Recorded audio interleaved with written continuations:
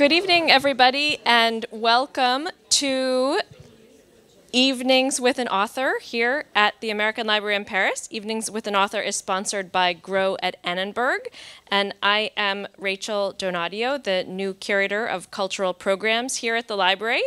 We are the largest English language lending library on the European continent and have been in existence in operation for more than 100 years. And, excuse me, it's my great pleasure to introduce this evening our two first speakers of our fall 2024 season. They'll be talking for about 45 minutes, after which we'll have 15 minutes of questions from the audience, precedence to those of you here in person, and then after that we'll go to our audience on Zoom. Our terrific novelists speaking this evening are Ayşegül Savaş, who's the author of the acclaimed novels Walking on the Ceiling and White on White. Her work has been translated into 6 languages and has appeared in The New Yorker, the Paris Review, Granta, and elsewhere. She lives in Paris.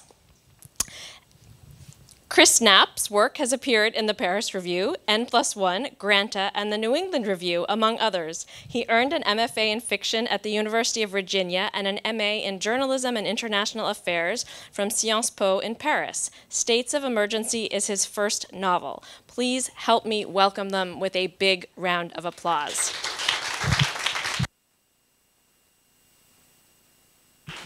Thank you, Rachel. Thank you so much, Rachel. Hello, friends. Hello, readers. Thank you so much, American Library, for having us. I'm so thrilled to be in conversation with Chris, who is my friend from college. We might as well say that. And I read Chris's book in the spring, but before that, I think around the time that I seriously, decided that I was going to write, Chris had an excerpt of this novel published in the Paris Review. And I remember thinking I'll read it and I'll feel, sort of some encouragement about the writing that I'm going to do. And I remember feeling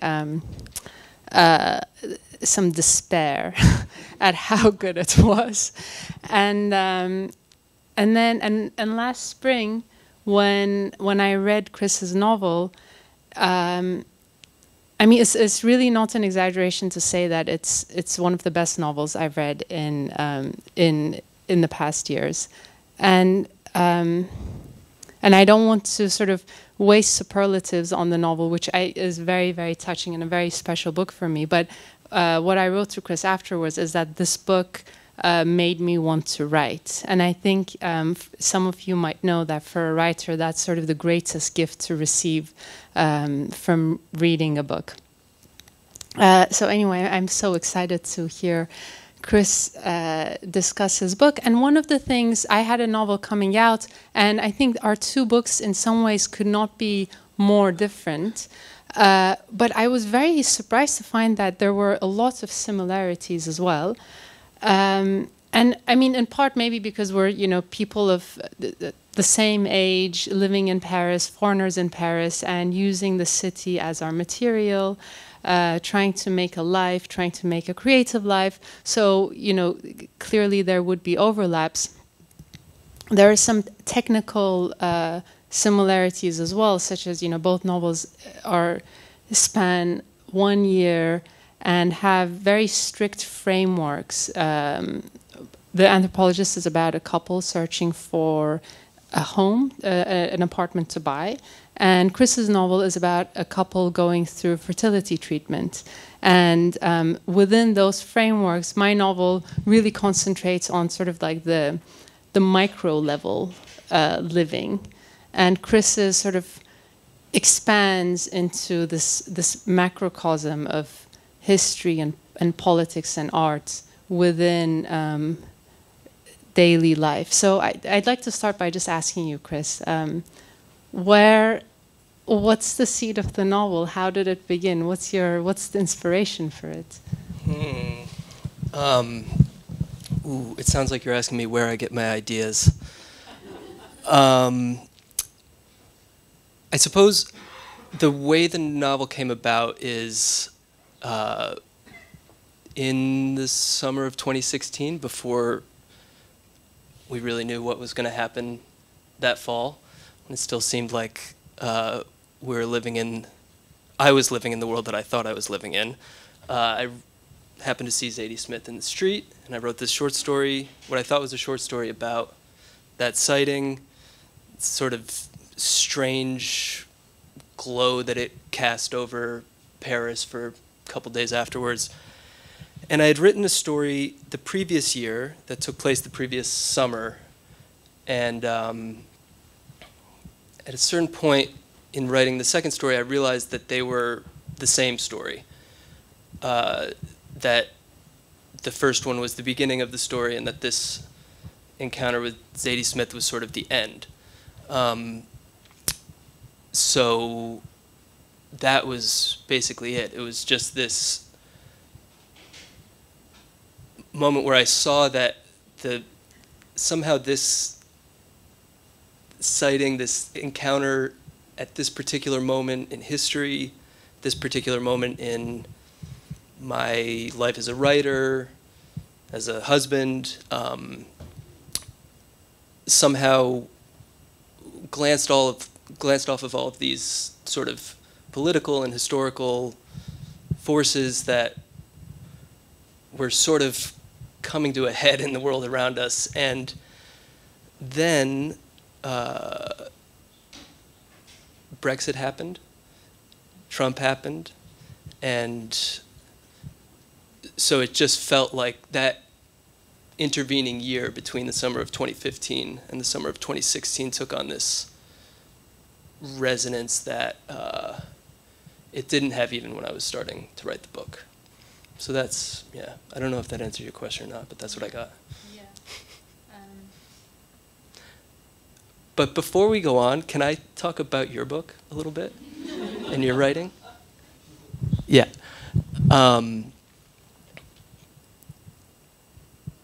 It's funny that you say that, what was it, that despair is what you felt reading? Because when I read your work, it's kind of the opposite almost. I think I feel despair when I read the work of friends that I don't like. When I read your work, it gives me, not that that's ever happened. When I read your work, it gives me so much energy. It makes, like you said, it makes me want to write, but it also just is such a, like, I understand why you say despair because I see what you do on the page and I know that I can't do that, but also, I mean, despair from a person who had never published and thinks, should I be a writer, and reads, and then thinks like, you know, my friends probably have the same capacities as I do, and reading this like perfect story and thinking, and the type of thing that you would want to be writing, and thinking, oh man, I have a long way to go. Anyway, this book, The Anthropologists, when I read Ayşegül's first book, Walking on the Ceiling, I was absolutely bowled over it. I read it in like just this sort of mad rush, just plowed through it, then tried to read it again slowly and plowed through it again. And it's been like that with, also, you've published 3 books.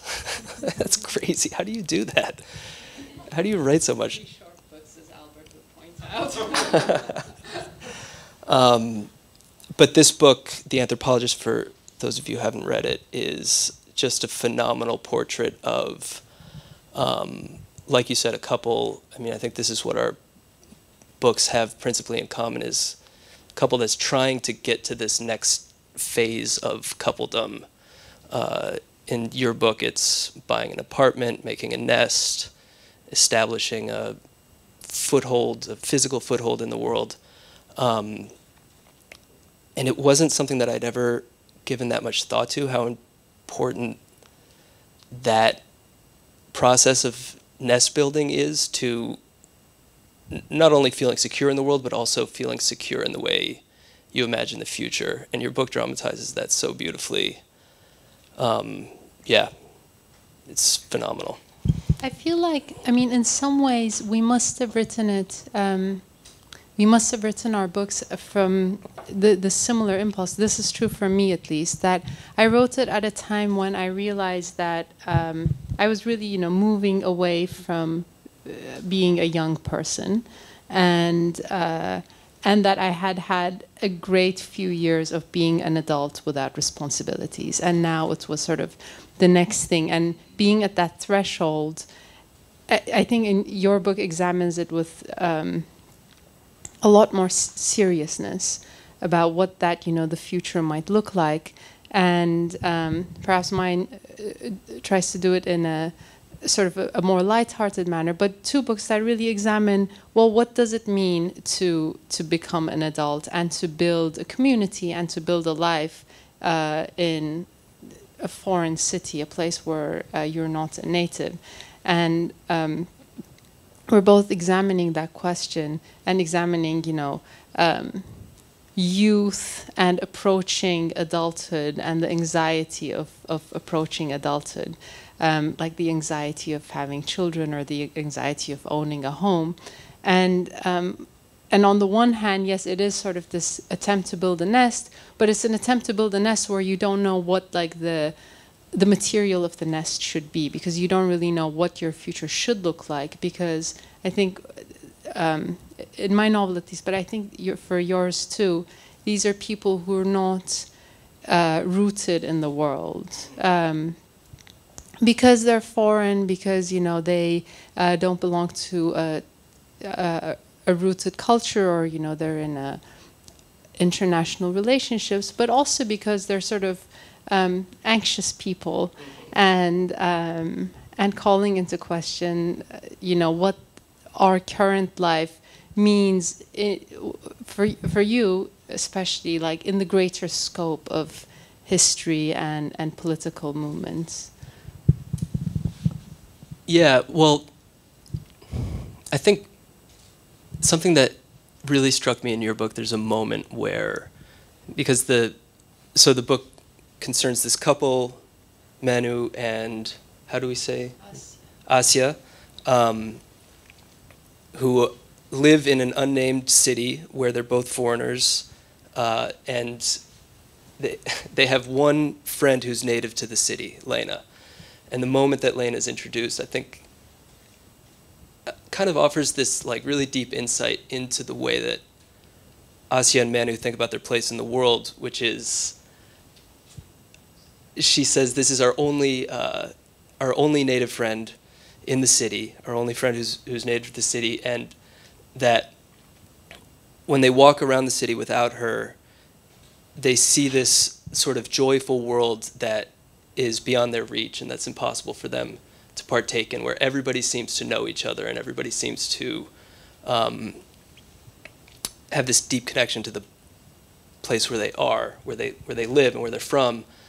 And I kind of want to hear you talk more about that feeling and how that that sense of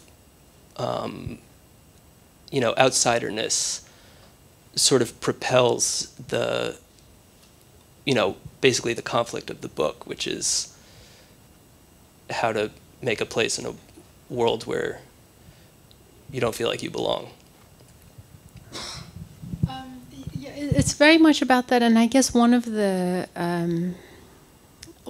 guiding principles I had writing this novel was I want the book to be about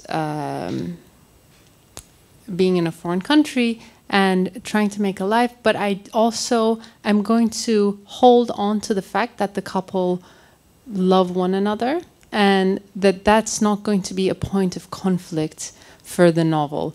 And this is sort of a risky move for a novel, because then it's like, well, what's the book about, right? Mm. And the fact that being a foreigner and the greater sort of anxiety of not having native friends, and this is true for Paris. It's sort of famously difficult to make Parisian friends, but it's also true for many cities where one is a foreigner, right? I wanted those forces to provide sort of a larger conflict, and at the core of it, for the couple sort of to remain intact, and also it's not just about like being a foreign, you know, moving from your country to another country, but another guiding principle for the book is if you're secular and you don't share a language with your partner and you're not in the same city as your parents, what are the ways in which you would create culture? What would be your rituals be? What would be your sense of sacred and profane? And I think that's why the city is unnamed, just because I thought this is, you know, anthropology is such a specific study, and yet this, you know, if you remove the specificity of it, there is something quite universal to these questions. And I think you're doing exactly the opposite, right? That you're saying, let me give you as many details as I possibly can. The book is set in Paris. We have the years. We have, you know, the Greek financial crisis happening. We have the news. The narrator tells us on the news that morning was this case of this man who was charged with, you know, this many counts.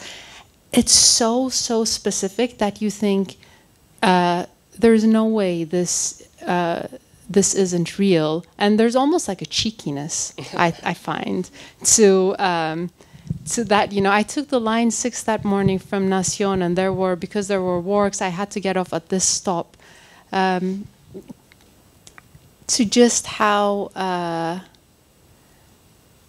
much you can make the reader believe that this is the real world, and then make us sort of think about these large concepts of history and politics. First of all, I love being called cheeky. I don't think anyone's ever called me cheeky before, and I liked it.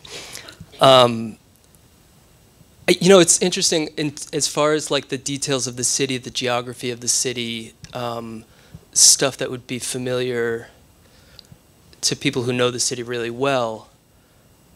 I think that lands as specificity. But, you know, if I think about books that I've read that take place in cities I've never been to, that have that same, you know, intensely local geography, you know, I think you experience that as a reader just as genericness. And on the contrary, for example, reading your book, I felt absolutely certain that it took place in Paris, and I could see it. And I knew that this park was the Butte Chaumont, and I knew that. And I was talking to a friend of mine who lives in New York, who read your book as well, and he's like, "Oh no, it's New York." He's like, "That's Prospect Park." So I think they're kind of whether you decide to specify, you know, the precise geography of the place you're writing about, or whether you decide to leave it open,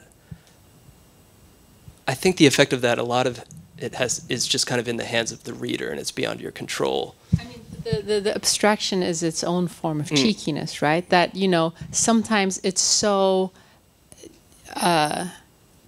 it draws so much from lived experience that then when you say, well, it's in an unnamed city, and there's, you know, they're very geographically vague names, and obviously you can't say where they're from, that's its own type of cheekiness. Mm-hmm. That then, you know, you're compelled to call the writer out, or the characters out, and say, well, is this real life, and is this, you know, where are they? Like, I bet I know where they are.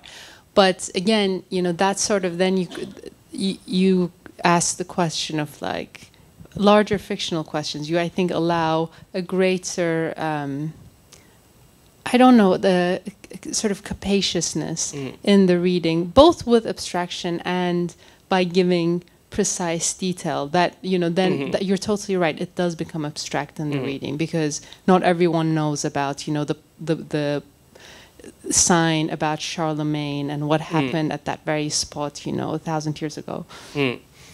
Yeah, and I think maybe one important difference is that as a reader, like when you include those specific when those specific details are in the text, you may not be familiar with those landmarks, with those places, but you are familiar with that feeling of ownership that you have over the landmarks in your world. And so I think it gives you a chance to connect with that kind of like emotional investment that the character has in this place, that all of these things that they're naming mean something to them and are part of this, this emotional landscape that they inhabit.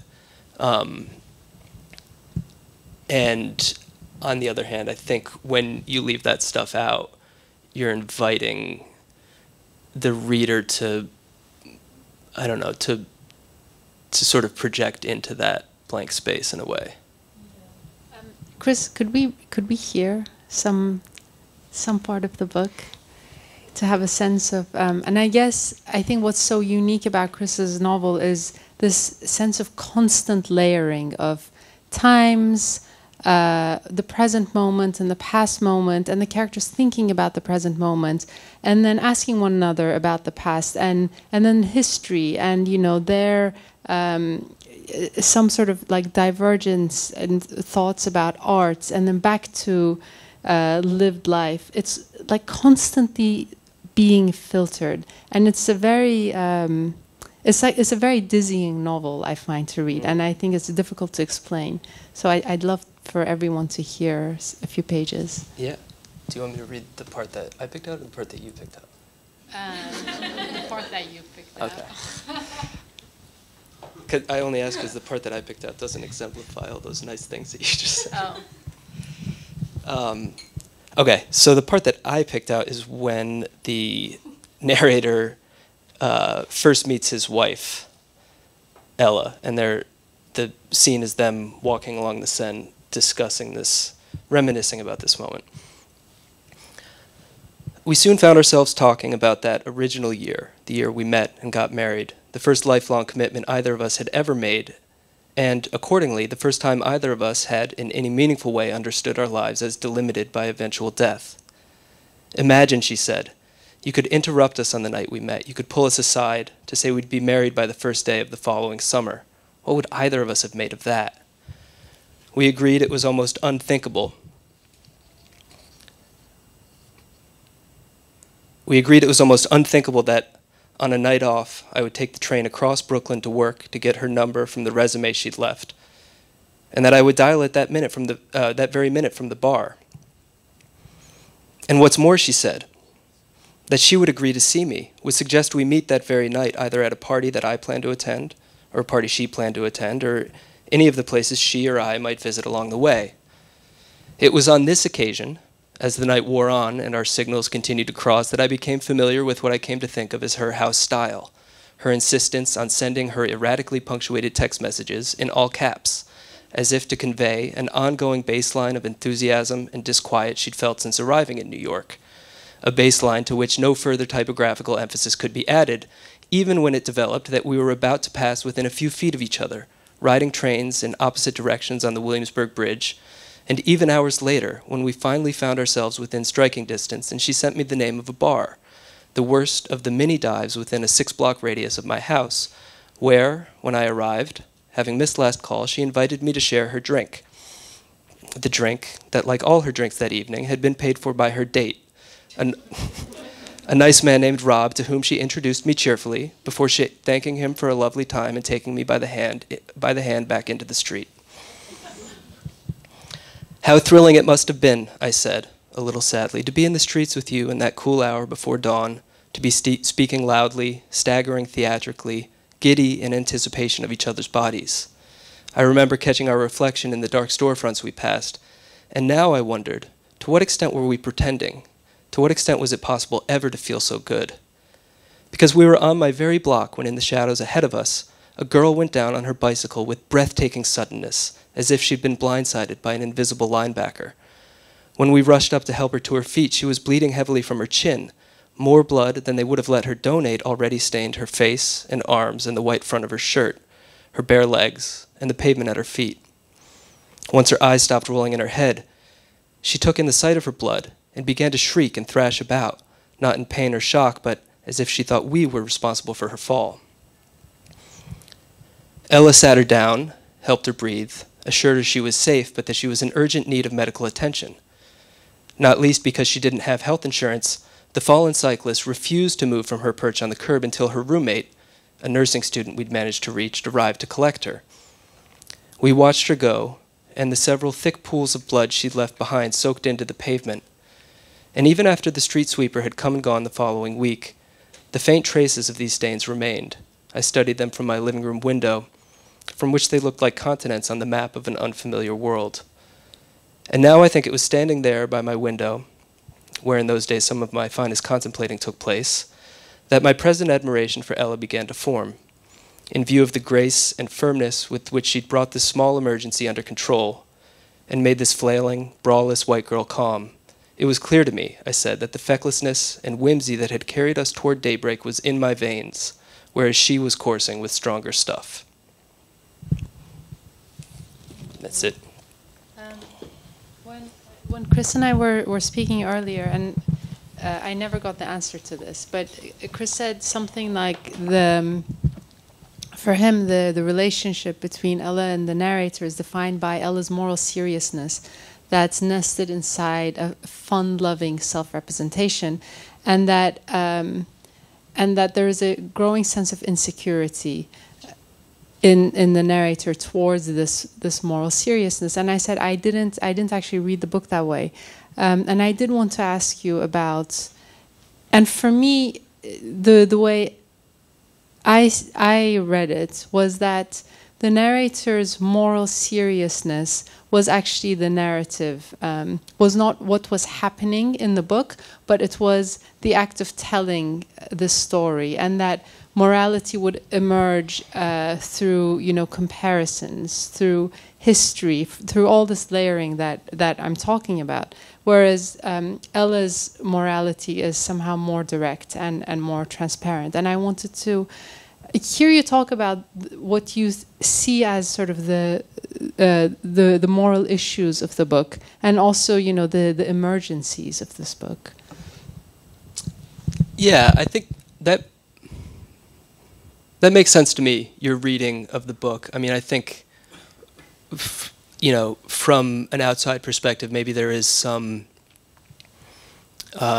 there's some kind of moral gravity in the way the narrator approaches the world, and there's something to be said for the way that he processes grief, trauma, the way that he tries to make order out of the chaos of everything that's happening in the world. But I think from his perspective, I think that insecurity that I'm talking about has to do with this feeling that he's been living in the world really complacently, that the world he thought he was living in actually doesn't exist, or is starting to unravel. And I think, in a way, he's embarrassed, he's ashamed at how shocked he is by that, when the world that's kind of revealing itself is a world that Ella has seen all along, has always known existed. So I think that's what I was getting at, and I think that's what he's starting to glimpse in this passage, is that she has just a clearer moral vision of the world, more clear-sighted, less dopily optimistic, maybe. So I think that's what I meant by that. Where does the title come from? What are these many states of emergency? Yeah, there are many. I think that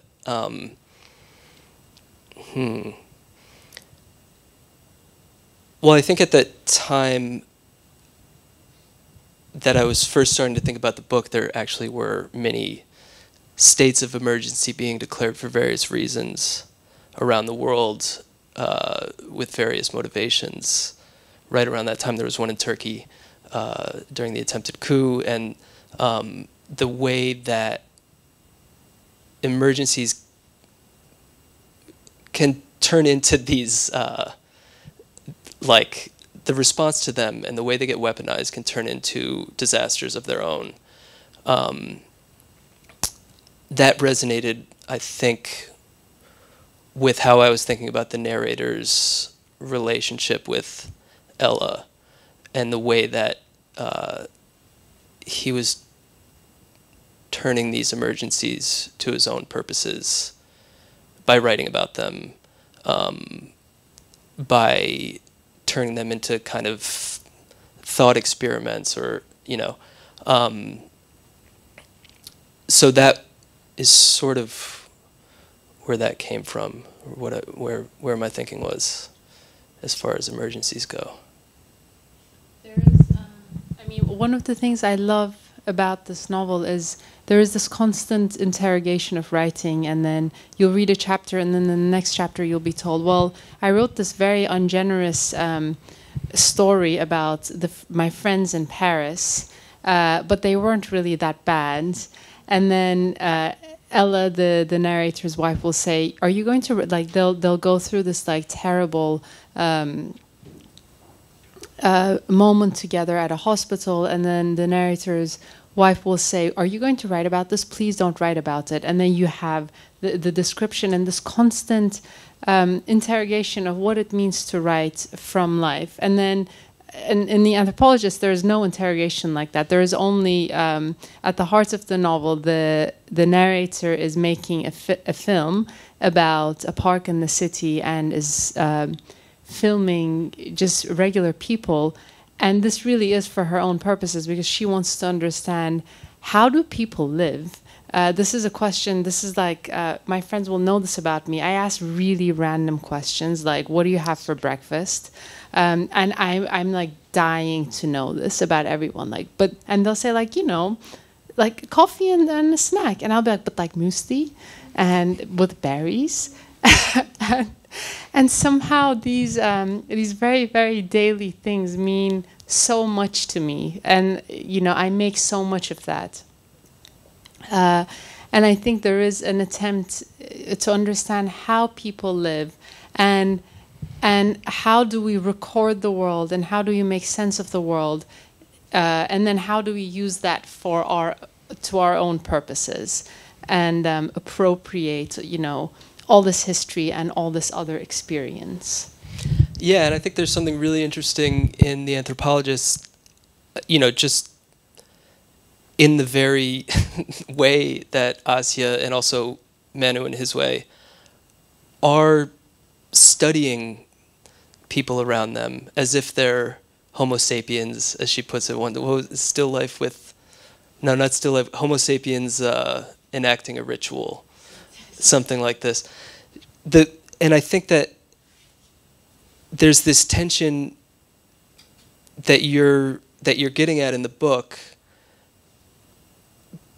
between this impulse to study the world from the outside as this kind of cool, neutral observer, as this anthropologist, to try to figure out, like you said, how people live, what do they eat for breakfast, what do they do in the park, why do they like it so much there, that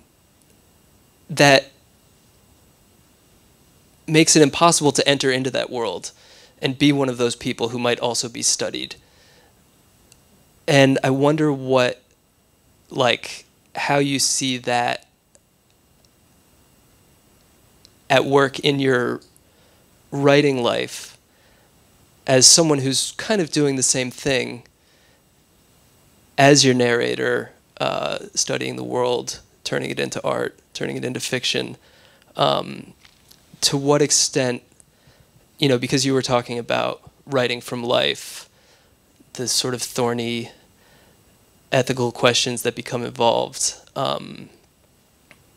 So I don't know, how does that tension between wanting to study life so that you can participate in it and not being able to participate in it because you're too busy studying it, how does that tension, I don't know, inform your approach to writing? You know, when you were saying your narrator is complacent and Ella has known these truths about the world all along, I thought, well, but the narrator is the writer, so like that by definition, I think we're more complacent because we're sort of like on the outskirts observing things. Not the case for all writers, but like I read that as not as complacency, but as observation of, you know, standing back and watching, and therefore being a little bit more shocked or a bit more naive. And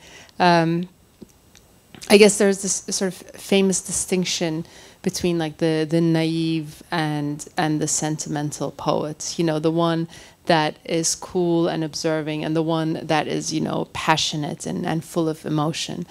And I guess this is I am that type of the introverted writer who is observing, and therefore often my characters or the characters who are telling the story are a little bit on the periphery. And I get a little surprised when people say, you know, her narration style is very cold or is removed. And I think, no, but it's just, the character is just like observing. The things she's observing aren't cold, they're full of emotion. It's just that it's the type of, it's where I set up my camera that is a little bit removed. And I think maybe that does have to do with my way of interacting with the world, which, you know, I had, you know, that is obviously its own moral choice. But it also is, I think it's also an aesthetic choice, or an aesthetic choice that, you know, you don't really make, but is given to you. Well, one thing in your book that I love is that we see Asya as this anthropologist out in the world studying, not really knowing where she fits in or how to live or what to eat for breakfast. But we also get to see her in a private space, in this private world that she's created with Manu and with Ravi. So I was hoping maybe you would also read, there's a passage that you picked out about, the one you picked, about their private language. So the book is told in these very short episodes, and I'm going to read one of them. Native tongue. We spoke differently to each other when there was no one around. Something like a high-pitched mumble.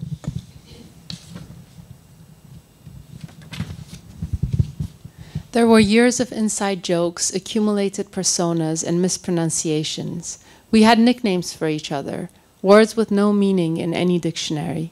That was how we came to claim our own language, a native union, rather than two people speaking to each other in a foreign tongue.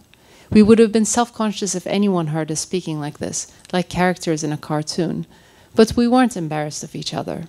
And we had a name for the two of us, the T's, short for a word we'd invented more than a decade ago, which signified two people who were in love, who were a little sad, a little misfortunate, who had always been somewhat clumsy and lonely. This was our name for who we were, and it was with great tenderness that we noticed the quality of being a T in others and bestowed on them our own title. Oh, I love that so much. And I think it, like, there's some essence of like who, or rather it's this recognition that they actually do know who they are as people. They have this very clear vision of what they value and what, you know, what's important to them, how they relate to people, and what they don't understand is where that fits. How to make a place for that, for, you know, the T-ness of them in the world. So I don't know, can you tell me about that? Like, how does because like you said, the conflict between, there is no conflict between them. They're solid. They're a good couple. They, you know, maybe have tiffs here and there, but would you say that about your couple as well? Even though there is so much more going on between the couple in your novel, but I sort of took that as like again a guiding principle. And I was actually just reading the back of the description and how it's like this tumultuous relationship. I was like, really? There are things, and again, I sort of observed it as outside forces. And I guess, you know, I did when I was writing the book, I said, okay, I want it to be about a couple who love one another. One editor who didn't end up buying the book said, what's the drama? And I said, oh, like they're looking for an apartment. And she was like, no, but what's the drama between the couple? And I was like, there is no drama. And she said, that's not a book. Because, if it's about a couple, like we need something, either they're in love but they can't be together, or they get into a fight. And I just thought, how do I convey this to the reader? And this is how I came up with this notion of being a T, something that is quite abstract. We don't get the details of it because I do want to keep things sort of universal. But also, if you were to spell it out, it's like if you spell out inside jokes, it's not funny to anyone except for the people who have that inside joke. And just sort of trust that the reader would get that and make a connection to their own lives and inside jokes and say, okay, this is the type of union that this Asya is talking about. I love that. See, I think the couple in my book they have a much harder time being tender, and they recognize tenderness as a good thing when it happens, but they don't know how to inhabit it the way that the couple in your book does. And I think that's one of the things that makes life a lot harder for them.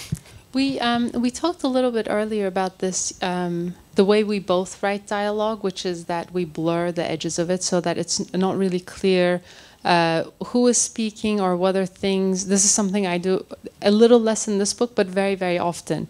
That whether something is being narrated or being summarized as dialogue, and Chris's novel does this too in a really, really masterful way, where you will get the start of dialogue and then you will get sort of this exquisite essay, and you no longer can remember whether someone is speaking. Can you talk about the decision for that and sort of the inspirations behind it? Well, I'd been reading a lot of Sebald, like everyone else, so that was a big part of it. And I think part of it is that I kind of wanted the narrator to have to own everything that's in the book. Like, everything is mediated through him, so he's responsible for everything that we encounter. And so you have the hope being that the reader has this sense of how he's twisting things in the retelling, and how he's, not in some sneaky, like, this isn't really what happened way, but rather how he's twisting them to fit some, series of connections he's trying to make, or just to resonate with some point of view that he's developing on the world. So that's part of it. It gives room for him to kind of editorialize on the things that are being said while they're being said, rather than just hearing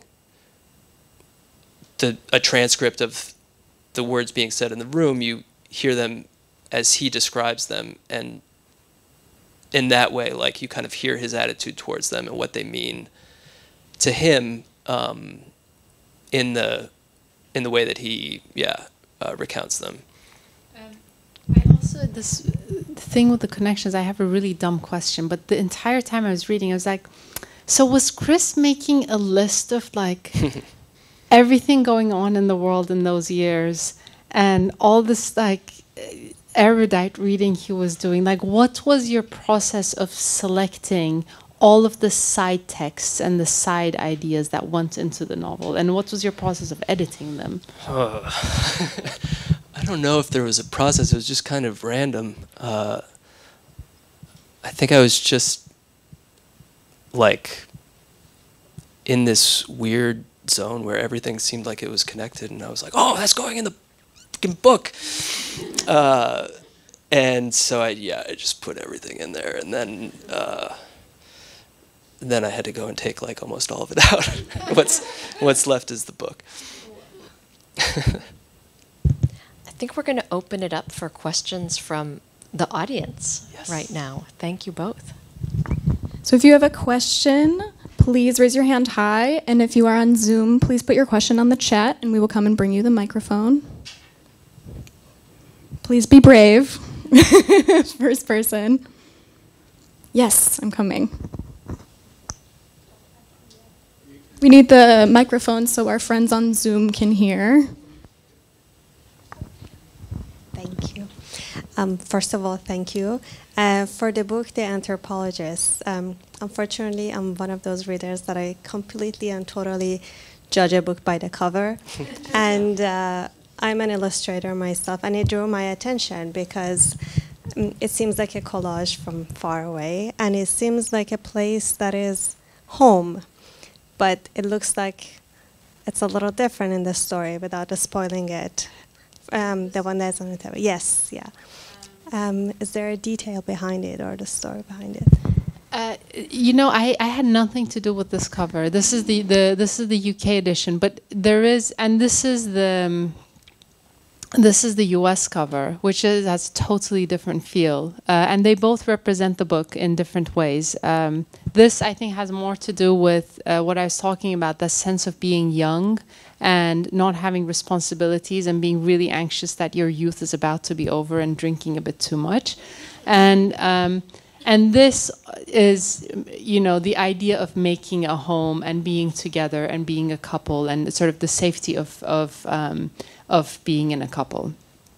But when when my editor sent this to me, I was like, it's an illustrator. It was I think she wasn't commissioned to make it, but then she added some details after she read the book, like a park bench. I thought I said it's perfect. And the other very strange thing is, I don't want to mess up her name. Her name is Maggie Cowles is the illustrator. And the other very strange thing is when I received the illustration, this was something she had already made like last year. I thought we have those plates and bowls, which is also why I thought this would be the perfect cover. Any other questions in the room?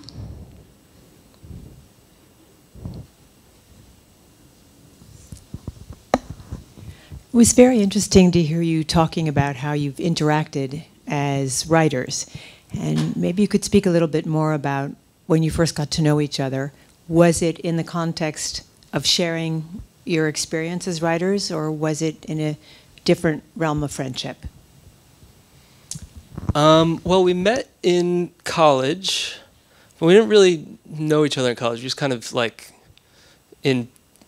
had friends in common. It was here in Paris that we started to get to know each other a lot better through mutual friends. And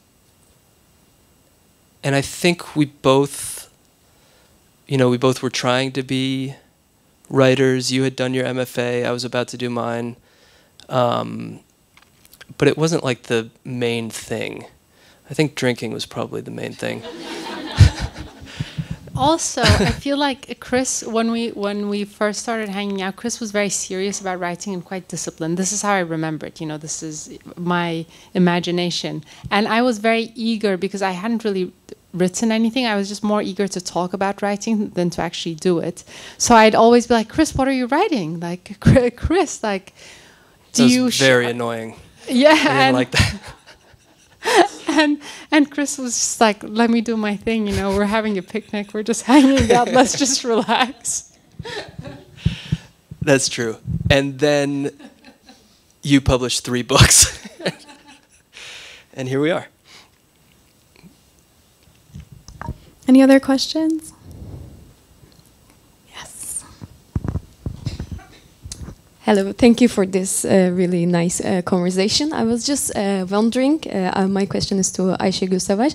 I was wondering if, are you writing in Turkish or directly in English? And if you're not writing in Turkish, is there a reason behind if it's not too personal? Because me also, it's been 2 years that I'm in Paris. I came from Istanbul, and from time to time, and my partner is also French, so we use the third language, English, to communicate. So sometimes I find myself time to time to speak in English or think in English. So maybe it's one of the reasons, but I would like to really know if it's not too personal.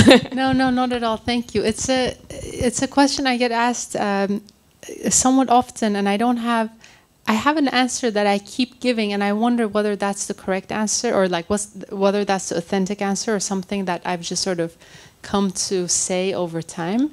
I grew up outside of Turkey, so English was an almost native language, but not quite native. And I went to part of primary school and middle school abroad and in English language schools. One reason. The second reason is that my partner is not Turkish, and he's also my first reader. So it's very important to me that he reads what I write. And maybe if my partner were Turkish, maybe I would be more compelled to write in Turkish. Second reason. A third layer to this that I don't often say is that there is, there is an extreme intimacy to Turkish. And it's almost like if you're writing in Turkish, then like your mother is looking at what you're reading, what you're writing. So, and then if I'm writing in English, there is still some sort of distance. So I do find it a more freeing space to write. And it's probably a mix of all of these and some things that I'm not aware of.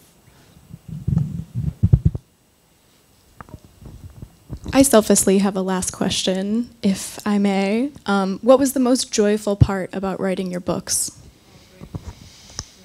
You first. Well, I have to say, this is probably the most joyful book I've written. And I wrote it, it's a pandemic novel. And we were actually with a house with my friend Albert and some other writers during the pandemic, and we're all trying to write. And I thought it would be so fun to write a book about hanging out and about going to cafes and about meeting up for picnics, all of the things that we weren't able to do. So I did find it a joyful process. And it was one of the books where I said, I'm just going to put, conflict and drama on hold and just go with this instinct that I have. And it was a fun experience for me. I think for me, probably the most joyful thing was just revisiting, early moments in my own marriage and thinking about how, that feeling, the sort of hope and optimism of that moment in your life inflects the way you see the world. But then the book is kind of about how quickly that can turn really bad. So that part wasn't joyful. The other thing that was really joyful is that I wrote a lot of it at the BNF over here at, Olympiad. And I just love it there. I loved walking out after a day of writing and being surrounded, all the kids studying for the back and the kids, cramming for their, prépa courses and all that. And then on the deck, all the kids dancing and just like a really joyful atmosphere. And it just made it really easy to like get up and go do the thing every day.